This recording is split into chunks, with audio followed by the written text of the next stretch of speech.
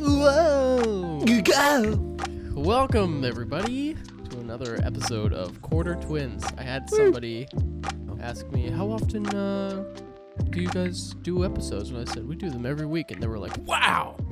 But yeah, we're here every single week. It's episode 16. We're doing it big. Today we have one thing to talk about. It's going to be hype. Thor Love and Thunder. We're getting hype. It's going to be a good discussion. There's going to be differing opinions, I think.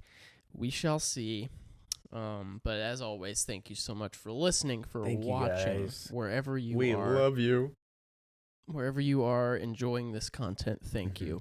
And we are very proud of our episode. We're proud of all our episodes, but yes, last week's episode with Caitlin and Kelsey is doing very well. So good. And thank you guys for that hitting episode that one was up. a banger. We had a great time recording it, so we're happy that you guys are having a good time listening and watching it. So thanks for that. Keep listening and watching, because that's right. It is incredibly motivating to continue to do this. Not that we aren't self-motivated, because we are. Right. But, it helps. Yeah, it definitely does. Plus, we're bringing more content now than ever before. So we have some cool stuff coming up. You'll have seen one of those things, but when this comes out, you'll have already known that there is a commentary. Me and Joshua did a movie commentary on Man of Steel. We're watching the DC movies together. We did a commentary. I've been slaving away on a compilation of all the best bits from that commentary. So that's up on YouTube. Excited. Go watch that. Hit it up. Enjoy. Another fun thing we have is we have these guys. Look at that. Is that in focus? Nope. We'll see. You're showing Kansas City. Go lower. They can see that on my. Okay. There it goes in focus on my camera. Look at that. I couldn't see. We got stickers, and they're cool. They cost not very much to make, so I don't think I'm gonna sell these. But if you want them, one or two, text us, and we'll see if we can get one to you. So that's cool. I want one. Yeah, I'm gonna send. It's gonna go right here on the phone. Yes. I need to clean that. I'm getting a new computer. Hopefully soon, in the next few days. Yo! So hopefully that'll make things better. Batty 2.0. Yes. Yeah, that'll be fun. You I don't have to do an unboxing video. I'll do an unboxing. It might be 2 minutes long. So great. Anyway, best that's video. All the good stuff. I'm gonna put the ad in right here. Okay, guys. Yeah? Yeah, here we are. Okay, sorry. We're back from the ad. Well, welcome back. Whoa. We're back. Today is an episode. It's episode numbered 16, because we've done 15 episodes prior to this episode. That's math, baby. Yes, it is. Today, we're going to be talking about Thor Love and Thunder. Mm-hmm. But we have also been watching another thing lately. Yes. And I just wanted to talk about it briefly because I watched 3 episodes of it last night in preparation. I literally tried to watch the whole show yesterday because I like it. But I couldn't. I was falling asleep. It was 2 a.m. I had to go to sleep. You gotta we were watching Miss Marvel on Disney Plus. Now, Miss Marvel is getting the short stick here, I think. Due to its PG rating and its release timing, and in context of the other things being released in the Disney Marvel sphere, I think this show has really gotten bad PR and bad marketing, and it's just not getting very much attention. It's not getting the attention it sorely needs, because the show is really good. Yes, it is. It's at least, how many MCU Disney Plus shows are there? 6? I think there's 6, so this would be 7. So this is the 7th? It's at least in the top 3, I'd say. At the very least. So, And I haven't even watched the last 2 episodes. me neither. I haven't seen the last one, but I already had something in the last episode spoiled for me because Oh no. if you're on Twitter, Twitter does this. Twitter people do this thing where they're like, they put spoiler warning, and then they put a couple dashes, and then there's a big picture of whatever the spoiler is. But these dashes do nothing because the phone is this the big image. and your post is this big, so you can see it immediately. So I saw it, and that's a bummer. Come on, guys, just don't post spoilers until an embargo. It's been a while. Gosh. Yeah, I saw something that, I mean, it was like a 1 frame, technically, Yeah. but it was like from episode 3, so it wasn't even really a big deal for me. But yeah, the show is, I think it's fun, you know? It is really fun. I think they're doing a really good job of showcasing the character and the culture that they live in, and it's awesome. Yeah. The lead actress, Iman Vellani, is fantastic. Yeah, she's actually really actor. good. I kind of like how perfect choice. Emotive she is. Yeah. Like a lot of Marvel characters don't really do a lot of facial expressions unless you're Tony Stark. Sure. And but she's very like making a lot of faces while she's acting, and I think that's a teenager, good for so it's good. A TV PG show. So I really like it.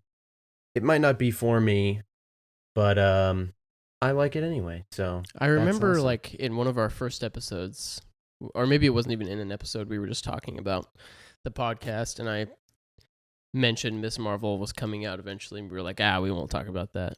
Yeah. But here we are. And then Obi-Wan was bad. It's it's so much better than Obi-Wan in like every single way. So there you go. I kind of low-key have to agree. Yeah.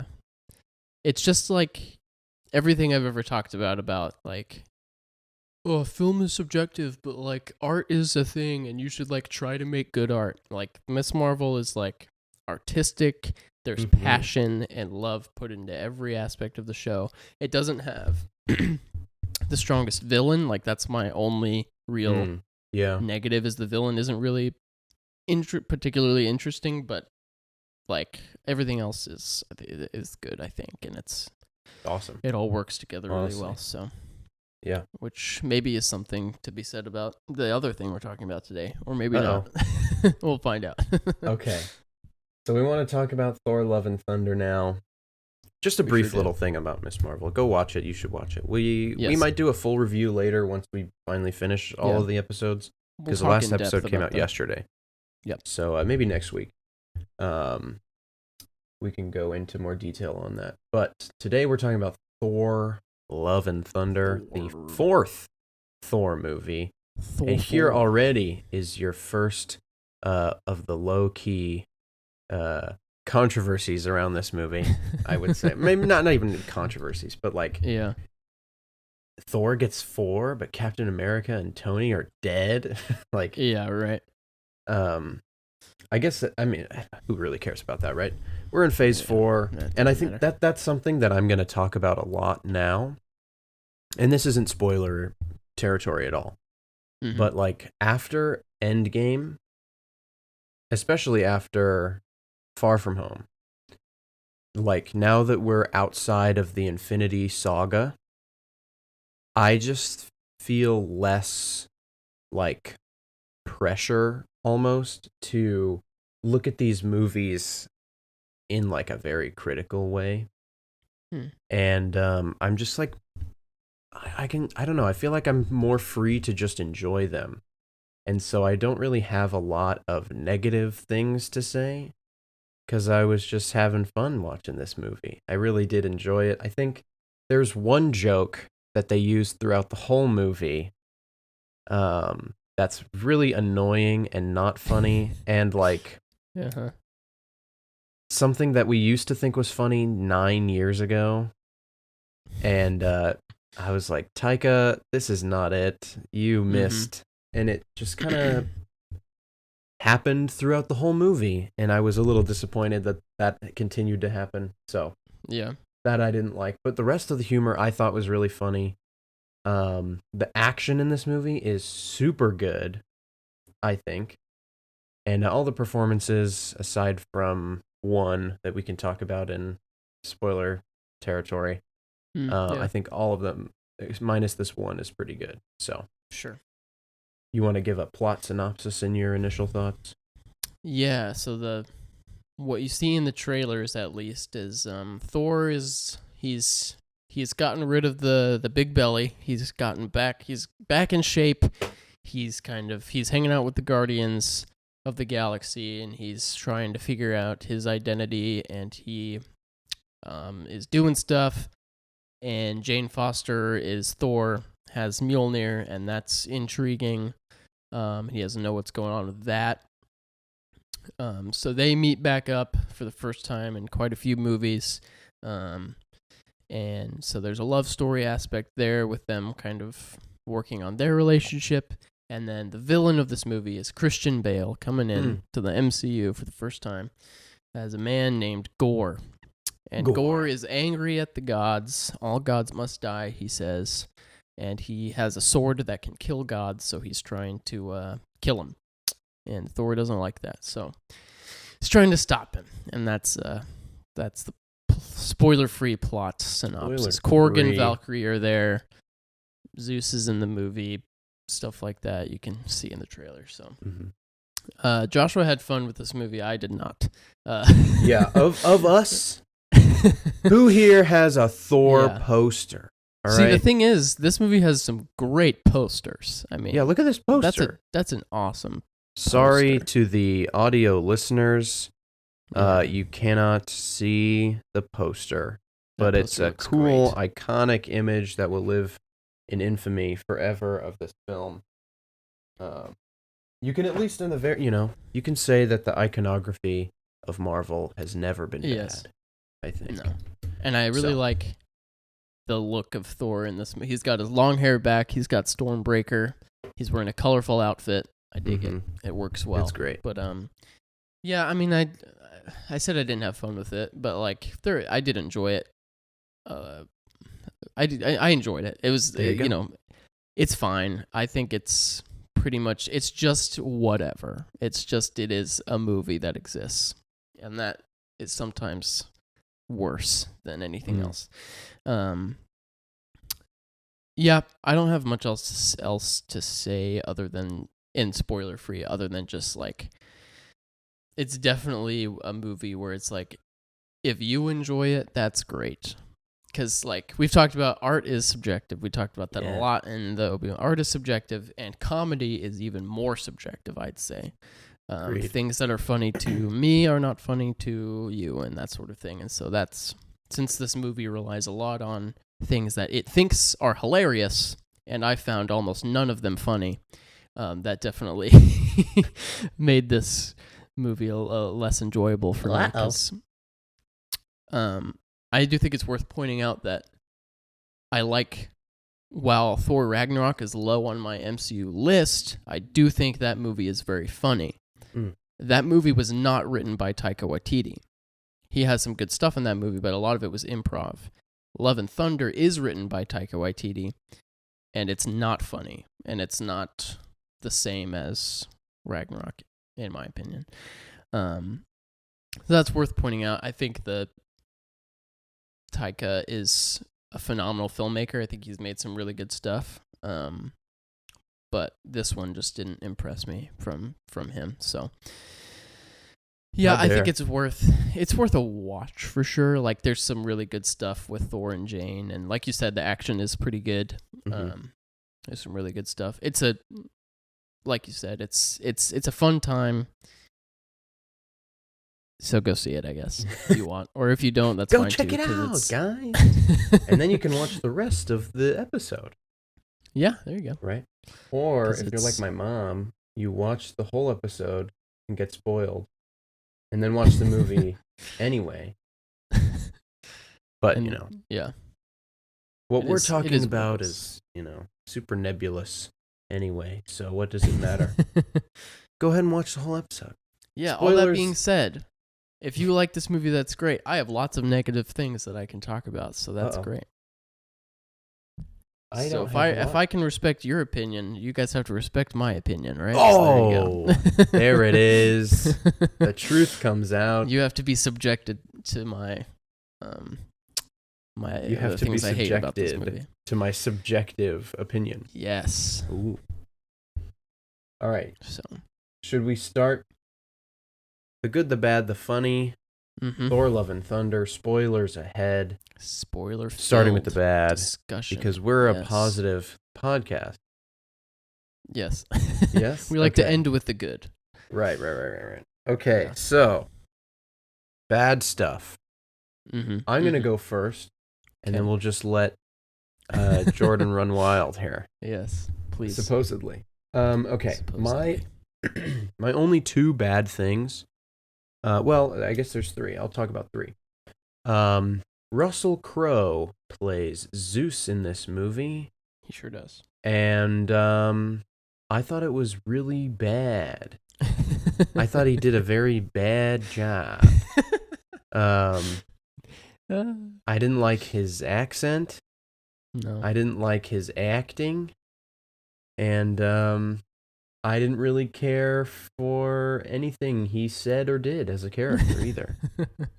I was so disappointed because I thought he would be cool.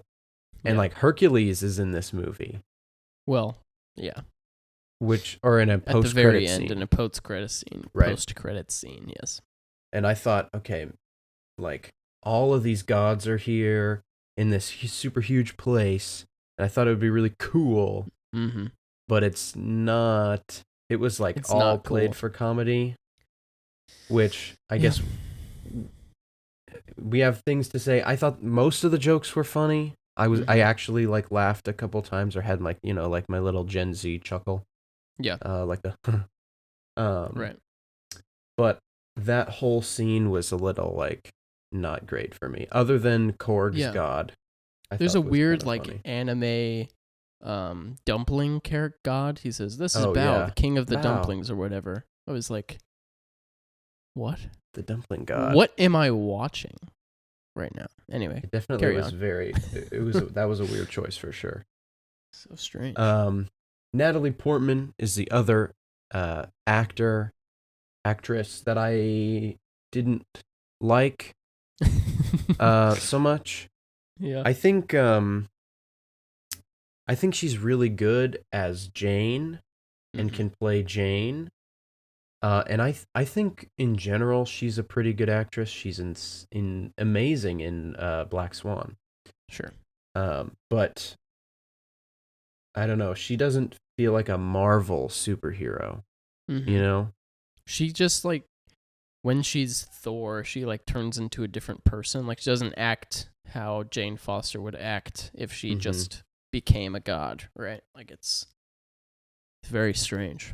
Yeah. So she like suddenly becomes like quippy Marvel humor, and that being so far removed from what the character was in the first two movies is kind of a disappointment to me. So I was a little disappointed in those two performances. And then I talked about it in the spoiler-free version of this review. The goats are not funny at all. Literally the worst thing. It was so stupid. Okay. My one memory of the goats being funny was the Taylor Swift parody. And I looked up that song. That song came out in 2011. Yeah. Okay. In Taylor Swift's album Red. And which is in 2011. It is 2022, Taika. 11 years have passed since that was funny. It's not funny. And I was like, okay, like, haha, the goats. It's classic, whatever, humor. I'm sneezing. Sneeze cam. Oh. Oh, man, it didn't even happen. It didn't happen. Oh, come on. Now we can't continue this podcast until he sneezes. Sorry. And so I thought the goats were funny at the beginning. And I was like, okay, this is funny. And then they got in the ship. They kept them. And I was like, okay, that's annoying. And then they became the mechanism of travel on the Bifrost boat for the rest of the movie, screaming the whole time and like fighting the bad guy or whatever. It was just like so frustrating to have to continue to listen to this scream. And like, if I was 10 years old, it'd be the funniest thing in the world because goofy noises happening a bunch of times, like it doesn't get old for kids, you know? Mm-hmm. So like, I get it, but also stop. Yeah. Stop. Nah. So that was disappointing.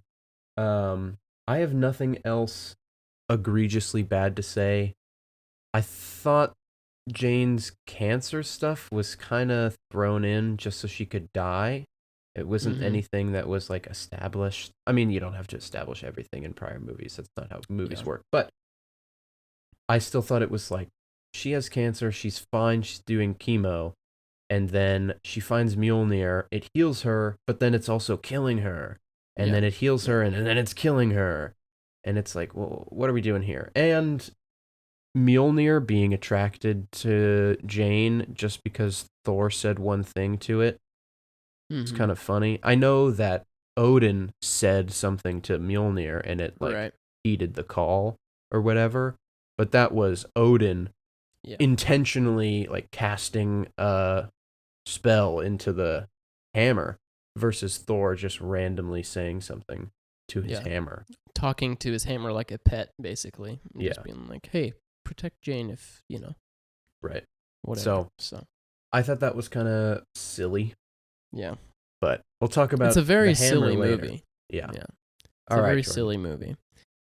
Let it rip. Yeah, I mean, there's so many things that I could like just tear apart in this movie, but like the visual effects are bad in places, and there are some laughably terrible like visual things. Like apparently Heimdall had a kid at some point, and he's like a main character in this movie, and he like, you see his head projected in the room with the rest of the characters, and it looks like something out of like 2002 in like a daytime TV like something. It looks just terrible. There are times where they're using the volume. So the volume is this big room of LED screens. You know this, Joshua, but for those who don't know, it's a big room of LED screens that they use primarily in like The Mandalorian. They used it a lot, and it works great in that show. They utilize it super well, but they use it in this movie, and when they do, it looks really, really bad because they're just not utilizing it correctly, and that's like that I noticed that, but if you know, most people probably don't notice that.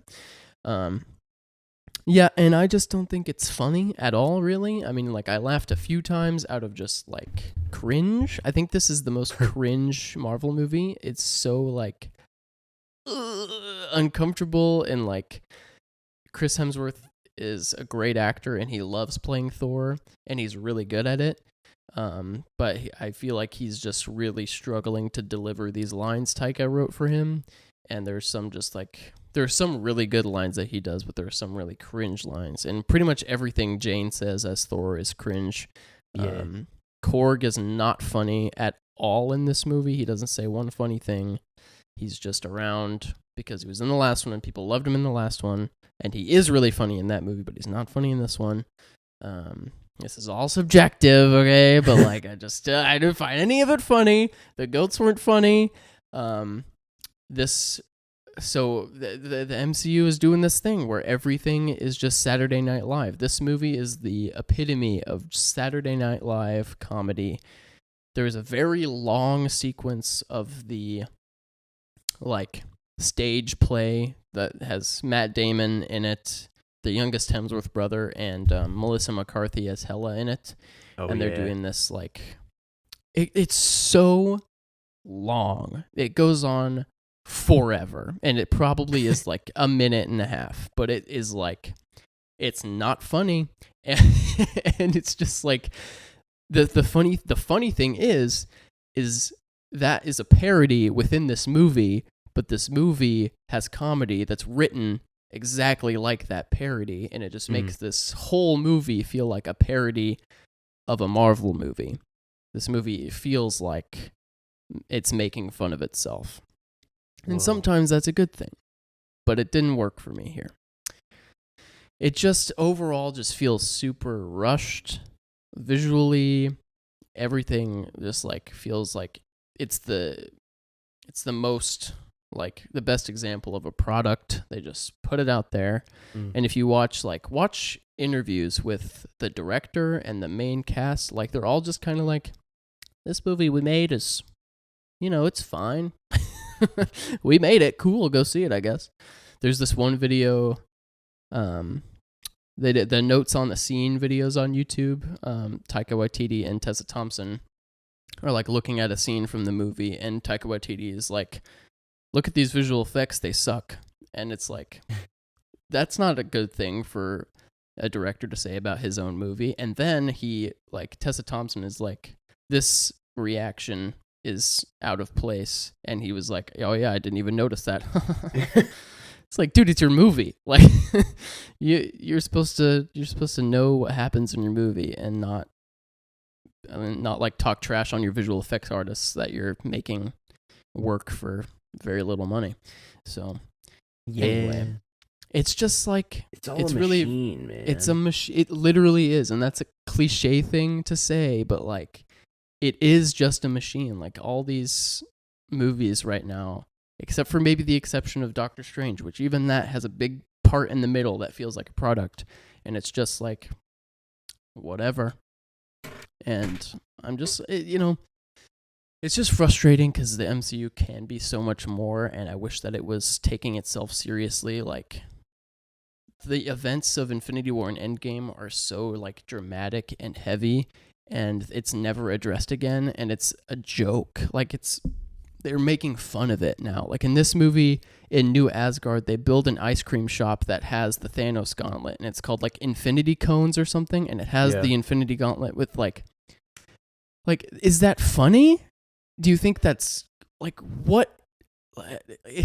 If this is all profiting on a event that killed half of life in the galaxy, half of the life of the galaxy, or the universe, even, and it's just like everything in this movie is a joke, and it's just not the type of movie that I like to watch, and it just doesn't feel like anybody really like gave a crap about it. So, except Christian and even Bale. like Christian Bale is chewing the scenery, like he's having a great time, but like he's in it for like a couple minutes, like he doesn't have very much screen time at all.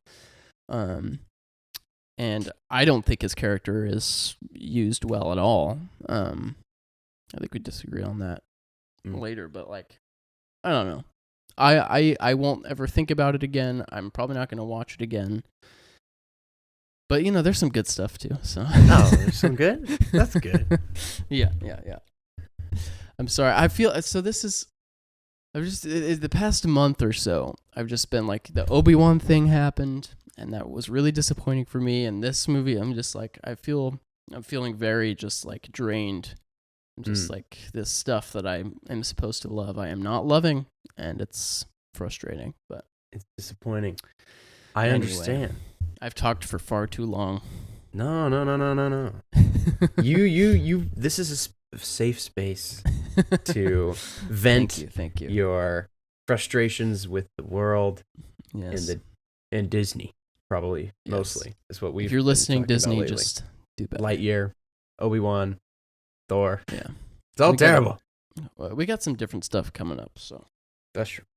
Yeah. So. Okay. The good stuff. Let's talk about the good stuff, eh? Yeah. This is where I can speak. I'm yes. just kidding. I really thought this was fun. Like I said in the spoiler-free section, I've kind of like, I almost want to say I've given up, which makes it sound negative, Sure. but I really have no problem with any of the movies that have come out in Phase 4. Mm-hmm. I feel like there's, like, the Infinity Saga is over, and the main events are done, and we can now just look to the future. and have Look these to the new stars. characters and start fresh, and Yes. they're kind of all separate right now. We'll see if they bring them together in Secret War, if they're going to even do that, go that far. Yeah. To make a 5th Avengers movie or a 6th No, yeah, it would be 5. Mm-hmm. They might not even call it Avengers. They might have a different name for it or no name for it. They don't have to have a name, I suppose. Yeah.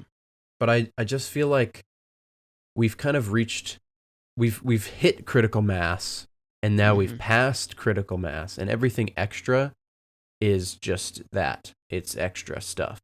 Yeah. And so I don't want to say that I've like transcended past the need to be negative about these movies, because I think, like we've said, just because art is subjective doesn't mean you shouldn't.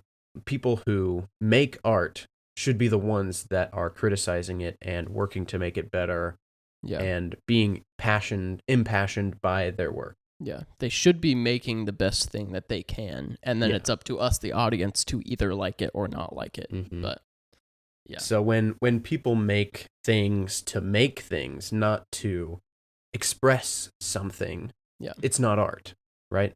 Someone call that a fart. Yeah. And so I can totally, absolutely see that this is not a great movie. It's not a bad movie necessarily. Yeah. We'll talk about our rankings, but I'm just going to say I think it's literally in the middle of my ranking.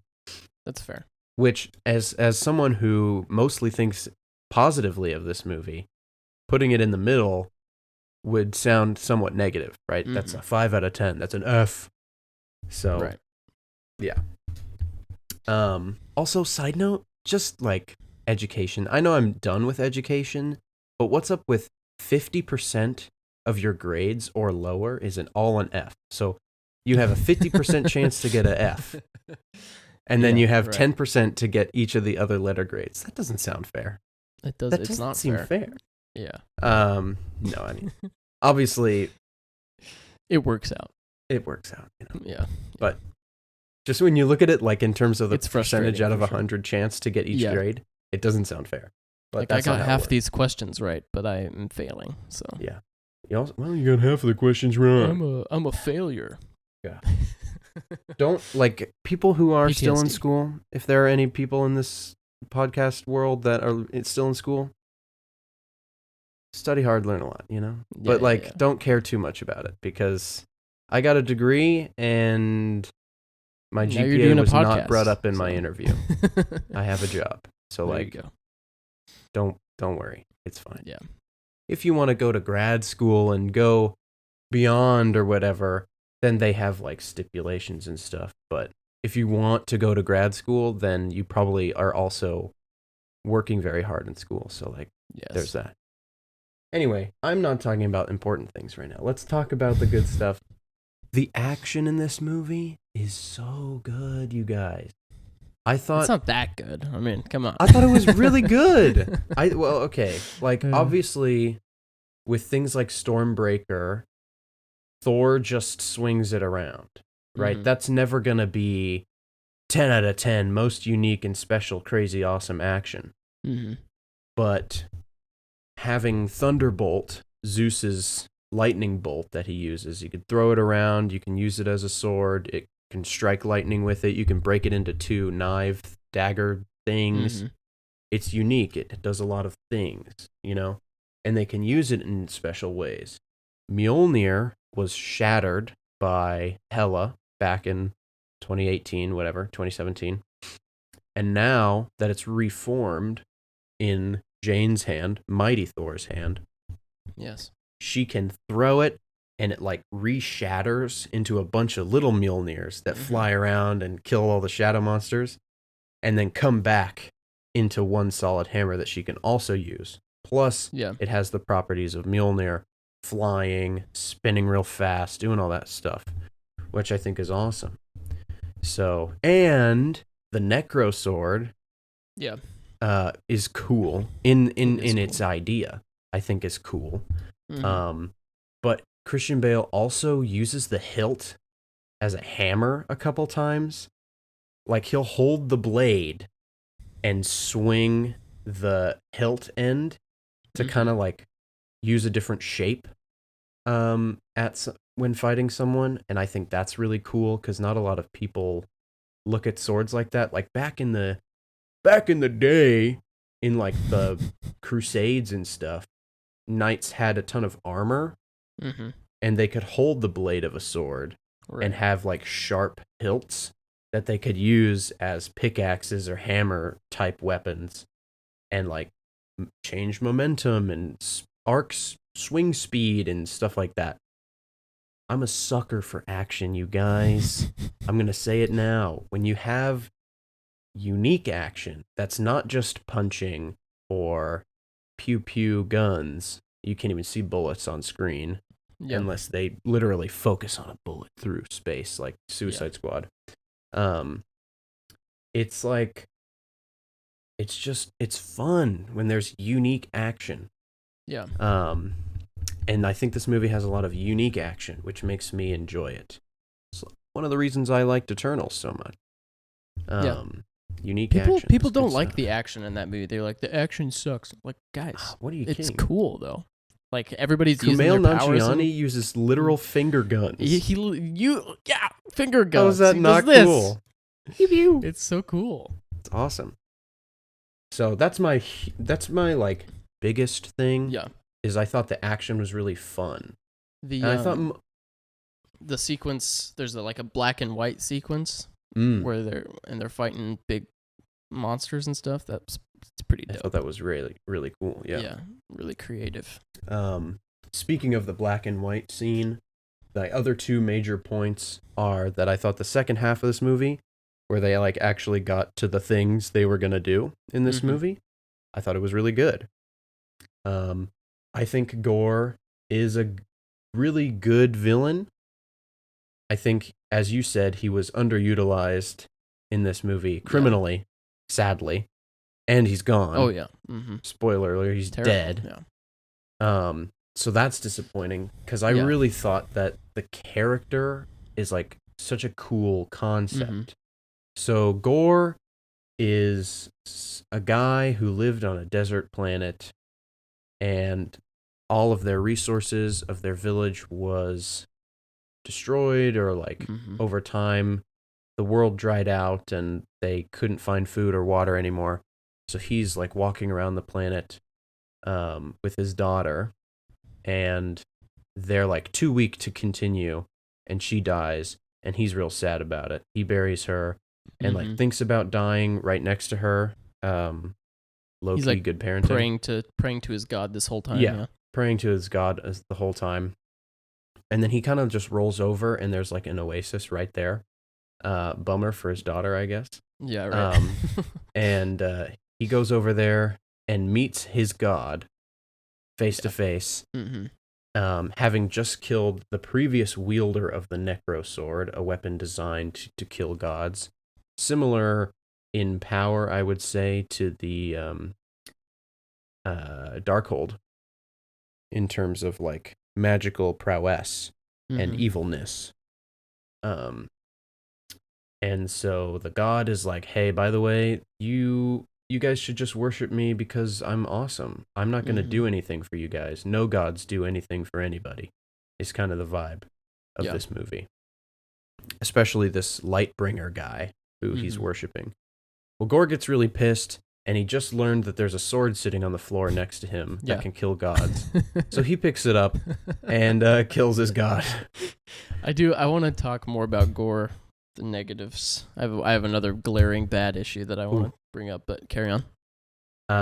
And so then he turns black and white and is mean and makes a declaration to kill all gods so that other people don't feel the pain of worshiping something that won't bring any value, I guess. Right.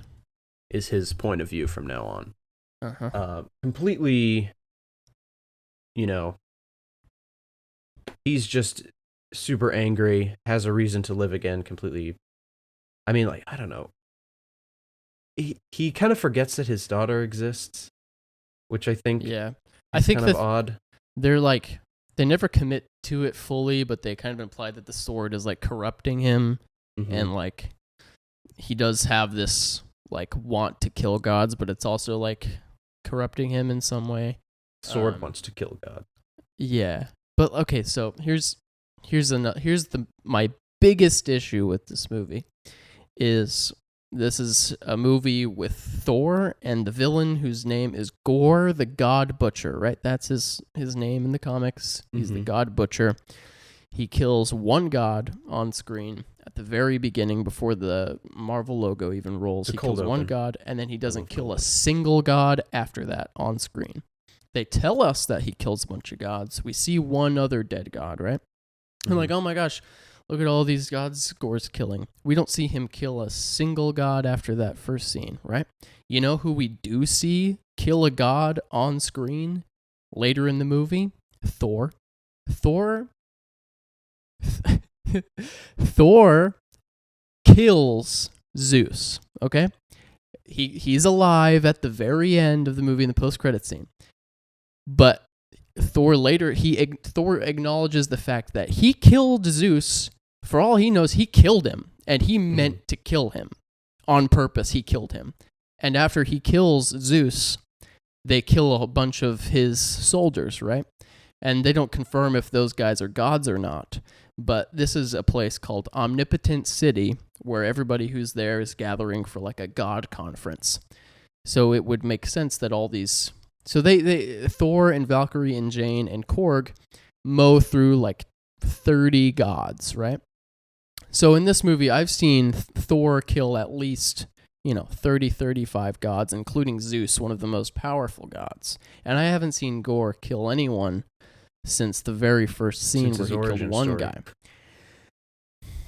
I hate that. I think it's ridiculous. Like they didn't even like make that an interesting thing. Like later in the movie, they kind of go with like all gods are corrupt, even you, Thor. Like you're not much different. Like they could have made this interesting where Gore's like, Thor, you literally kill gods all the time. You kill people all the time. Like, what's wrong with what I'm doing? These gods deserve to die. And like we kind of agree with him because the gods that we see are all kind of terrible people. Mm-hmm. Zeus is a terrible dude. The guy he kills up top is a terrible guy. The gods are kind of all just like sacrificing children and kind of manipulating people into worshiping them and all that.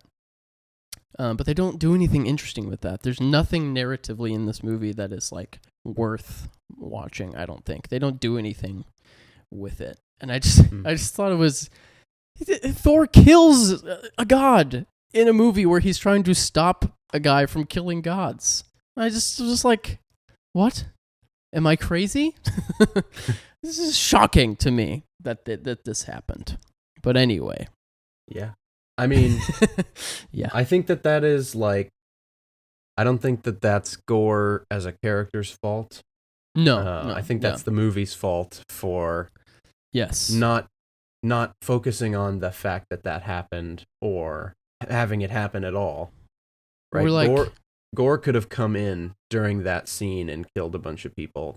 Yeah. And like then they get away or something instead of it being about Thor killing people. All Gore does in the movie after his first scene is kidnap kids.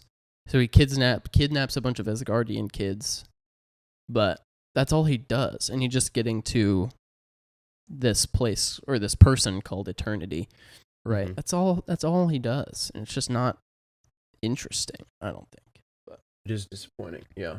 Yeah. Because I think, like the character Gore, the God Butcher, is an interesting concept. He has shadow monsters that he can conjure up and like pull the sword out of any shadow near him at any given point, including his own, right? So he basically has access to the sword at all times. And I just think that a person with a random peasant guy who gets corrupted by this sword and like gains the power to kill gods immediately becomes a god killer, something that gods are in this movie. Yes. Right? I think that that's an interesting position to put a character in. Because he becomes what he hates, basically. Like, he basically becomes a god, but they don't really ever do anything with that. Yeah, and that's I also the think disappointing part. Like, I think this is the shortest, or at least one of the shortest Marvel movies. It doesn't even movies. hit 2 hours. And it's like, I don't know, like, make it longer, I guess. Like, put more stuff in this movie that would make it better. I don't know. Yeah. It's like, so they can add scenes to make it longer. Yeah. And have more time of him killing gods. I mean, it doesn't necessarily have to be like just a montage of him killing gods unrelated to our story, because I think that is also wasted time, right? Sure. Yeah. And I'm not a movie writer, but somehow, some way, you can create a scene that has Gore killing gods and Thor there trying to stop it from happening or something. Yeah. Like, he could have gotten there and fought with Lady Sif, to stop them from killing the giant Stegosaurus god. Yeah. But they were too late, And I mean, to be fair, they literally ripped that shot from a comic. Yeah. With Korg and Thor. It looks great. And it's like exactly the same, which I thought was really cool. But, the comic books are a reference, not a blueprint. So yeah, you don't have to make it exactly the same. Like, Guardians of the Galaxy is pretty different. Thor is already incredibly different from what he was in the comics. So I think that,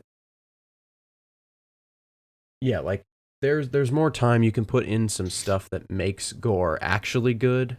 I think I am just looking at him as a character concept and being like, that's cool. Yeah. And then that makes me think that he is good, but maybe, not necessarily in this actual movie. Sure. And he dies at the end, so we're not going to get any more Gore. Yeah. So that's a bummer. Yeah. And I also, just before I forget, I did want to say, like, if you're on the internet and on Twitter and things, and you're on, like, film discussion groups, there's this revisionist history thing that happens whenever, like, a new movie comes out, like Thor Love and Thunder, where a bunch of people are like, guys, Thor the Dark World is actually, like, the best Thor movie, and this movie sucks, and I wish we could just go back to when we were making movies like Thor the Dark World. Like, no. That is movie incorrect. is not good. Like, there are things in the Dark World, like, that movie looks a little bit better than this one, in my opinion.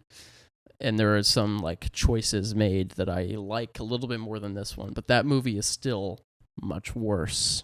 Yeah. And I'm not saying that this movie is better than that, is worse than that one. I just wanted to bring that up. I mean, you can just be like, Dark Elves, and they'll be like, oh yeah.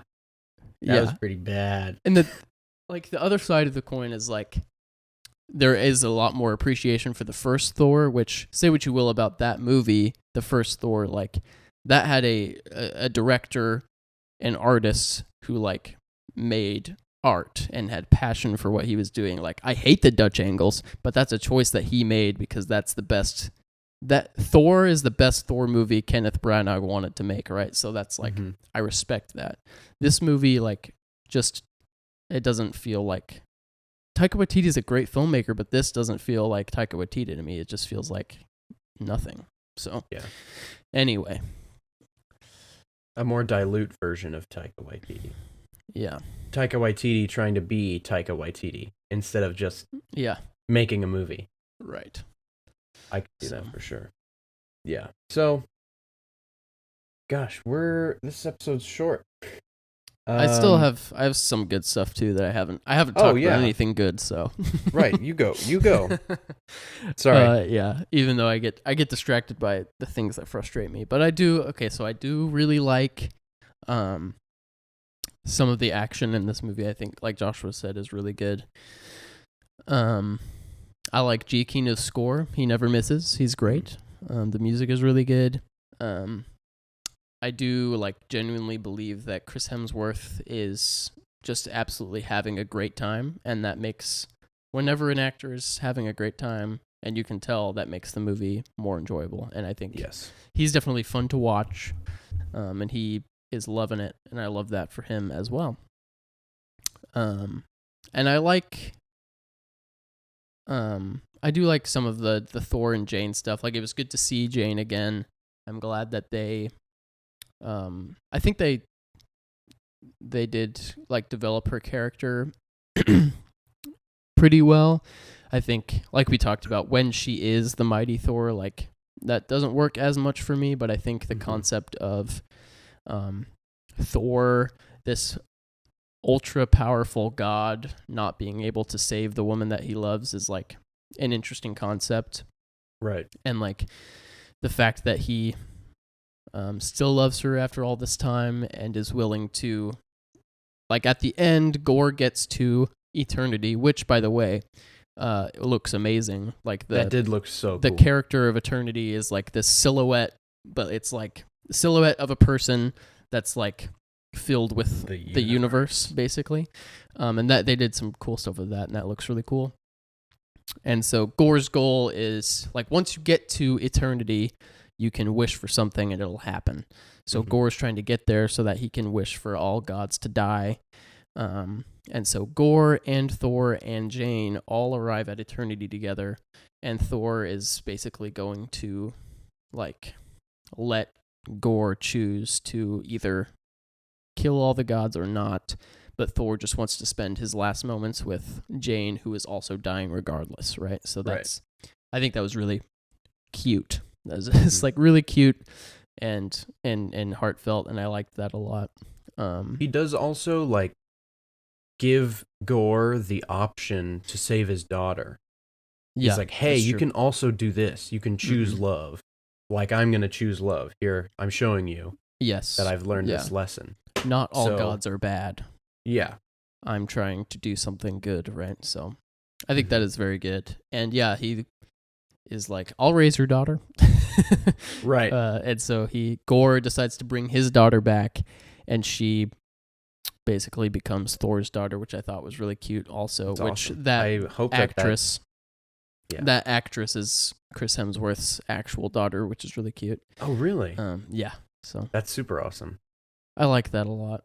And it was good seeing the Guardians at the beginning. I liked seeing those guys. I'm glad they weren't in the rest of the movie, because I feel like I would have been annoyed by them. So I'm glad they were there, and then they weren't there. So yeah, I liked seeing them. Yeah,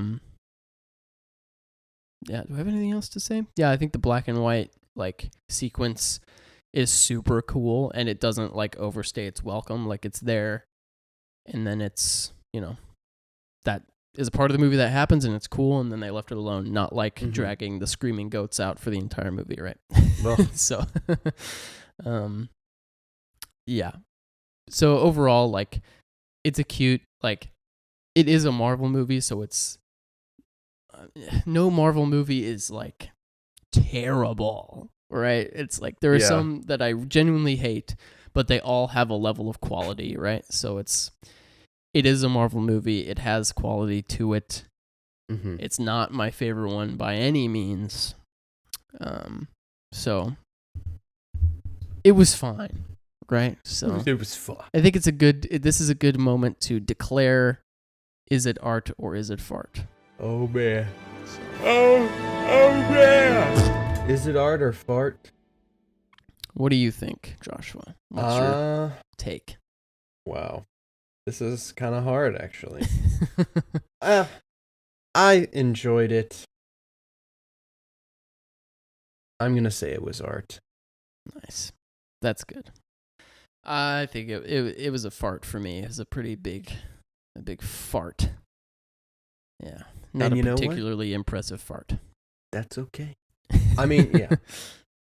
I would probably give it like a 6.5 out of 10. If I had to give it like a number rating. Sure, yeah. 6. What I enjoyed was not like good enough to be like, oh, this is so good. and like really detract from the bad things. Because, like when I eat spicy food, I eat it because it tastes good, not because it hurts me. Right? Mm-hmm. And if it hurts more than it tastes good, I'm not going to eat it. This is a good example. Yes. Yeah, right? You understand? Mm-hmm. So like the humor is funny to me and the action is really cool, not subjective. It's a fact. The action is good.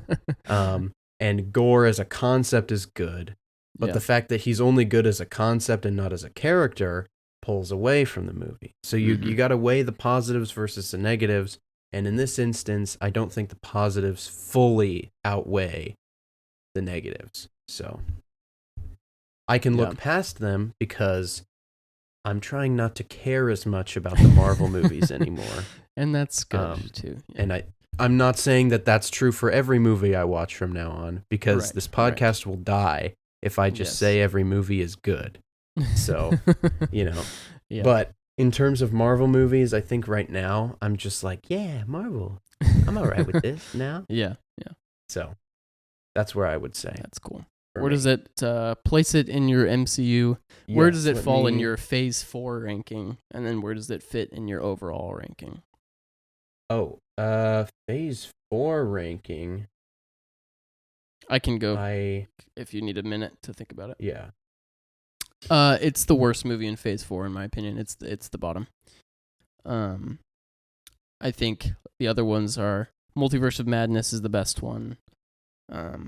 Black Widow, Spider-Man, Eternals, Shang-Chi, this one. I think it's the worst one. Worse and than it Spider-Man. Yeah. Mm. Yeah, and like I said earlier, like I have my categories of MCU movies. Like the bottom is boring and or offensive. This movie wasn't boring or offensive to me. I wasn't bored. I was entertained the entire time, I suppose. So, but it is like the absolute like the perfect example of just the average Marvel movie. So it's at the very bottom of that category, number 25. So number 25. I actually am also going to put it at the bottom of my Phase 4 list. Mm-hmm. That's just because I think every movie in Phase 4 is low-key or high-key a banger. And this one isn't a full banger. So sure. It might even be tied with Spider-Man to me. So, But it's, that Spider-Man's the next one, so it's not like it's that much better. Right. As far as its overall ranking, let's see here. 10, 11, 12, 13, 14, 15. Sitting in between Captain America First Avenger and just above Captain America Civil War. Nice. Would be where I put it. So, mine. That's above Shang-Chi, so that's not great, is it? Mine is above Spider-Man Far From Home and right below Ant-Man, so if that tells you anything. What a great movie. And it's also below the first Thor, and it's also below the Incredible Hulk, so if that tells you anything. Well, wow. I like both those movies better than this one. Baby. Yeah. So okay, I feel like we need to. From now on, we're gonna have to like stop qualifying with the subjective thing, because I say it doesn't. From now matter. on, like just know everything is subjective, but we're gonna speak as if it is objective truth, and you have to agree 100% all the time. So there you go. Because that's just better. Yes. Okay. We'll talk ourselves in circles if we don't. So I think it's low key art, and Jordan thinks it's mid to high key fart. High key fart. Yeah. So okay. Any recommendations from you? I have one.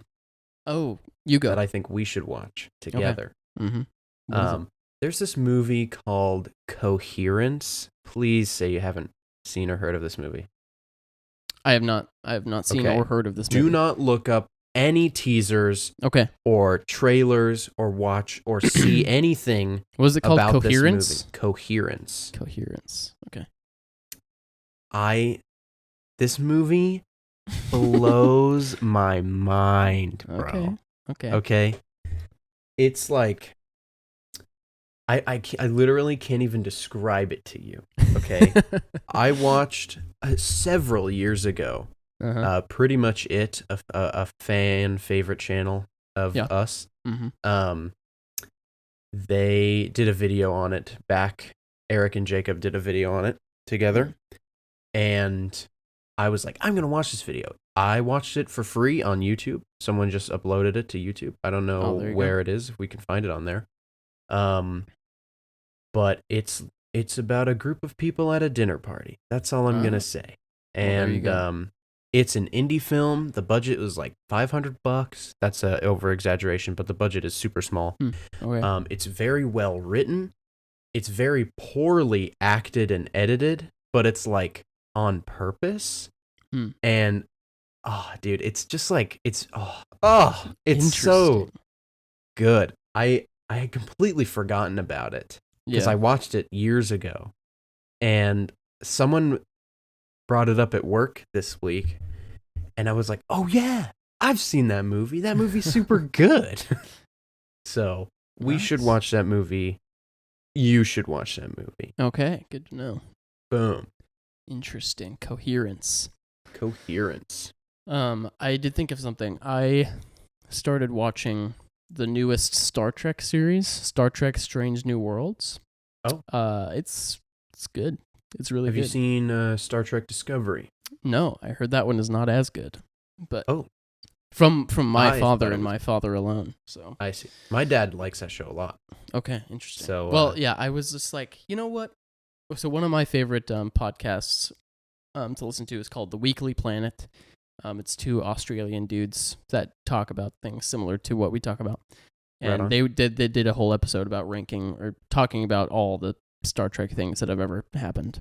And so I listened to that episode, and then I was like, I want to watch some Star Trek. So I watched Star Trek First Contact, which is a Next Generation movie, which is fantastic. And then I started this. Everything is on Paramount Plus, so I did a free trial. And I started watching Strange New Worlds, which is a story that has like Captain Pike is the main character, and it has Spock and Uhura, and some other like main characters in it as younger people, and it's like before Star Trek 2009. I think it is, but I don't think it's. I guess they weren't on the crew. Never mind. Because the J.J. Abrams movies are like became their own thing, I guess. So I think this is just like its own, it's totally whatever. Separate. Okay.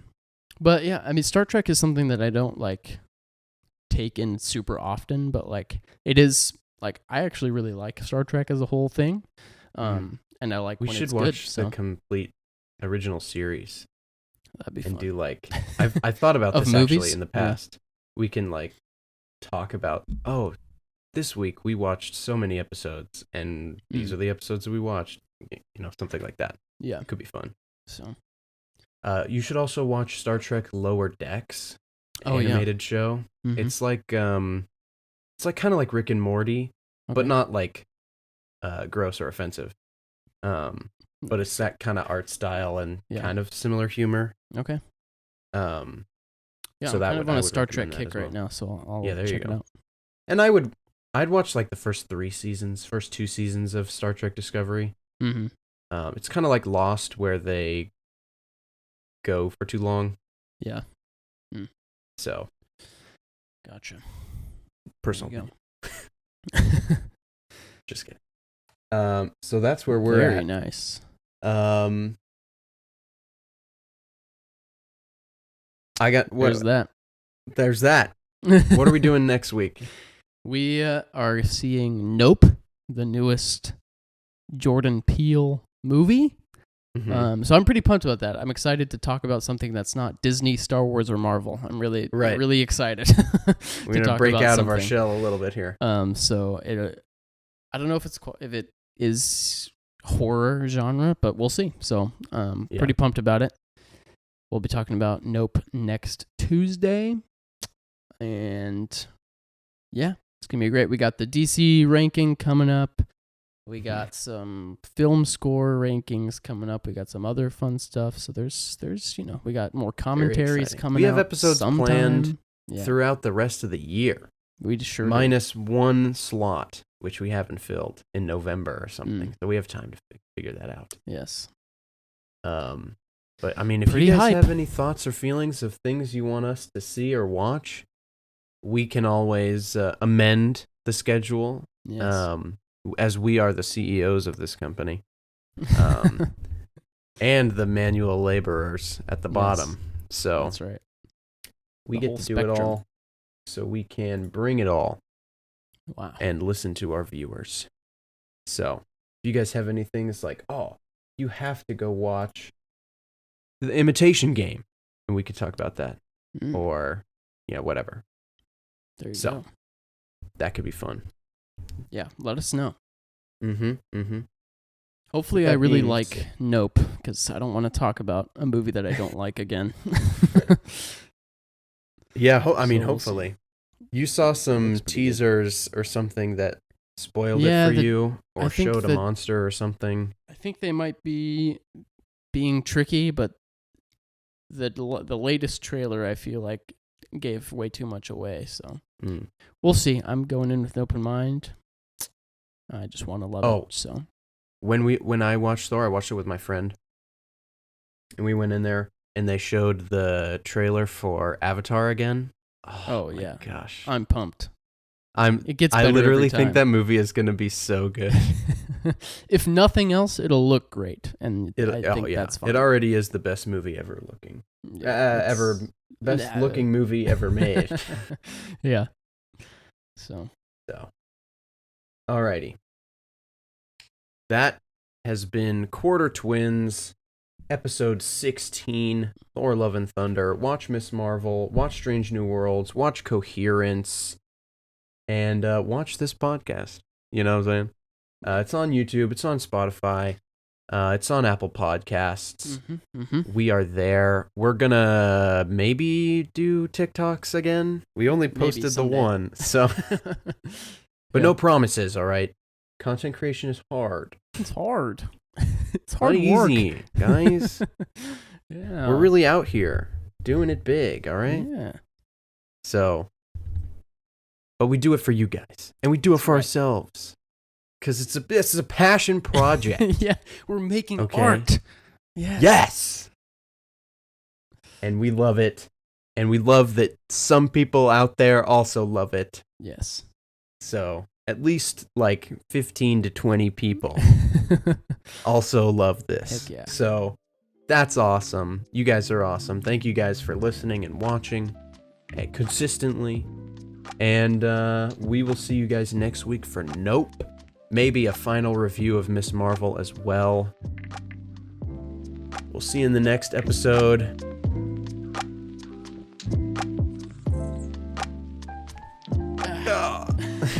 I thought you were I was waiting for you to say something.